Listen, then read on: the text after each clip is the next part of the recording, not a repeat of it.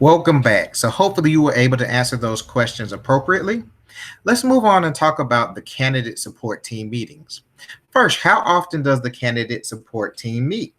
Very good question. So when we look at how often the candidate support team meets, the candidate support team meets 4 times a year. So you will have 4 CST meetings: October, December, March, and May. Now, obviously, these meeting times can vary, but primarily they will be held during the months of October, December, March, and May. So you will have 2 meetings in the fall and 2 meetings in the spring. Now, at the December meeting, you have what's called your mid-year candidate support team meeting. And again, we can utilize that as some summative data. And then finally, you have your annual review meeting, which is held in May. During those meetings, this is just an example of what the agenda looks like. So we discussed the number of instructional observations that have been conducted by the mentor as well as your teacher development specialist. We reviewed the progress that you've made using Danielson's domains. We will talk about the candidate dispositions, your progress in your courses. Then we'll review your individual induction plan and the updates for that plan. We will discuss practicum hours, and finally, progress on your portfolio.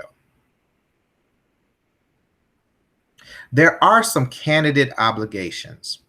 So at your CST meeting, some of the candidate obligations that you will be asked from your teacher development specialist include ensuring that your individual induction plan is up to date, ensuring that you are up to date with your practicum hours and you've submitted all of your practicum information, including your practicum log, that you have completed your observations, and then finally, your reflection report. So all of that is part of the practicum experience. So all of these documents are to be submitted at your candidate support team meeting.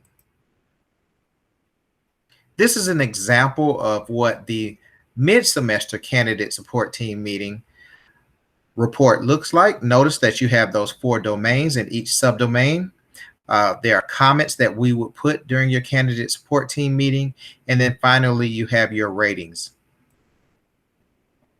At the end of each meeting, we will discuss your progress in meeting the program requirements, as well as any summary comments or recommendations. Finally, for all meetings, we have to make sure we have appropriate signatures. Now, in a virtual platform, there is a way that we will do virtual signatures, and you will be taught that, or you've already been taught that, in a separate module. Now, at your mid-year CST meeting, that is the December meeting. It's a very important meeting because at that meeting, you will have your principal's recommendation form. Now, that principal's recommendation form will indicate whether you're progressing well, whether you're progressing but you still have some room for improvements, or whether you are not progressing well. And if it is indicated that you are not progressing well, then you will be behind in your competencies. The principal's recommendation form is very, very important, again, because it can signal whether or not you will be retained for the next year. Now, we also have your mid-year review and summary, and this form looks just like the annual review and summary form. So notice that it's a little bit more detailed, partly because it does expand and provide some descriptors for each subcomponent of the domain. It also, because this is our mid-year as well as our annual, will also review all of the observations that should have been conducted, as well as all of the observations to be conducted by both the mentor and teacher development specialists. We will also document your progress on your portfolio, how many practicum hours that you have, whether you've completed your courses, as well as your dispositions. And as stated before, for every form, we have to make sure that we have all signatures.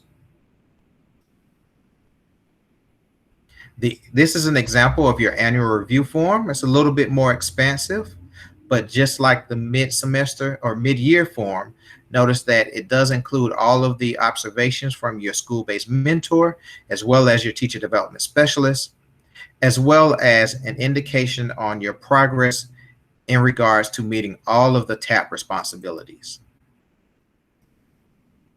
So now let's go ahead and complete a short review. So please go ahead and answer the questions that follow.